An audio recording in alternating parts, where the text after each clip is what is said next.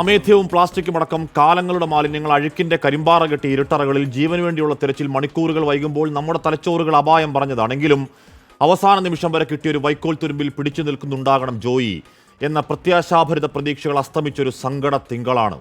മനുഷ്യവിസർജ്ജമടക്കം നുരക്കുന്ന ആ കറുത്ത തോട്ടിലേക്ക് ഒരു തോട്ടിപ്പണി കണക്കെ ഒരു സുരക്ഷയുമില്ലാതെ കഴിവുകെട്ട സിസ്റ്റം അഴുക്കിലേക്ക് ഇറക്കിവിട്ട് മൂന്നാം പക്കം അഴുക്കിൽ തന്നെ ചീർത്തുമലച്ച് കിടന്ന ഒരു ഗതികെട്ട മനുഷ്യന്റെ ആ കാഴ്ചയുണ്ടല്ലോ, അത് മനുഷ്യരായി പിറന്നവർക്ക് എക്കാലത്തേക്കും നീറ്റലാണ്, മറക്കാവതല്ല.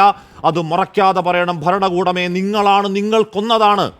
ആ വേദനകളില്ലാത്ത അഴുക്കില്ലാത്തൊരു ലോകത്തേക്ക് വെള്ളത്തുണിയിൽ പുതച്ച് മാരായമുട്ടത്തേക്ക് അവസാന യാത്ര തുടങ്ങിയപ്പോൾ തന്നെ കനപ്പെടുന്നുണ്ട്. ആ കൊലക്കുത്തരവാദിത്തം ഞങ്ങളല്ല എന്ന് സ്ഥാപിക്കാനുള്ള സംവിധാനങ്ങളുടെ നാണം കെട്ട വ്യഗ്രത.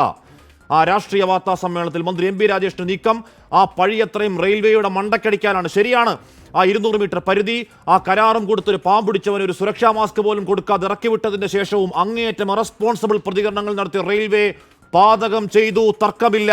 പക്ഷേ 200 മീറ്ററിന്റെ പേരിൽ 12 കിലോമീറ്റർ നഗരമധ്യത്തിലൂടെ മലമൂത്രങ്ങളുമായി അഴുകിപ്പുഴുത്ത് വർഷങ്ങളായുള്ള ഒഴുക്കിന്റെ സർക്കാർ സംവിധാനം കഴിവുകെട്ടതിന്റെ പാപഭാരം റെയിൽവേയുടെ തലയ്ക്ക് വെക്കല്ലേ രാജേഷേ.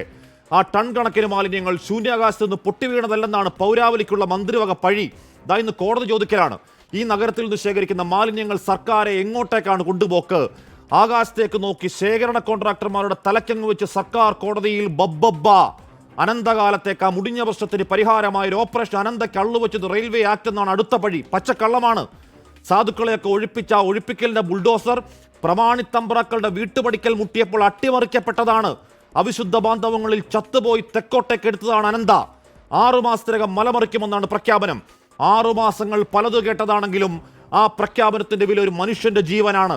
ആ ജോയി മരിച്ചത് വൈറൽ പനി പിടിച്ചല്ല മന്ത്രി സാറേ, അഴുക്കിലൊന്ന് തലപൊക്കി നീന്താൻ പറ്റാതെ ശ്വാസം പിടഞ്ഞ് അഴുക്ക് വെള്ളം കുടിച്ചു മരിച്ചതാണ്.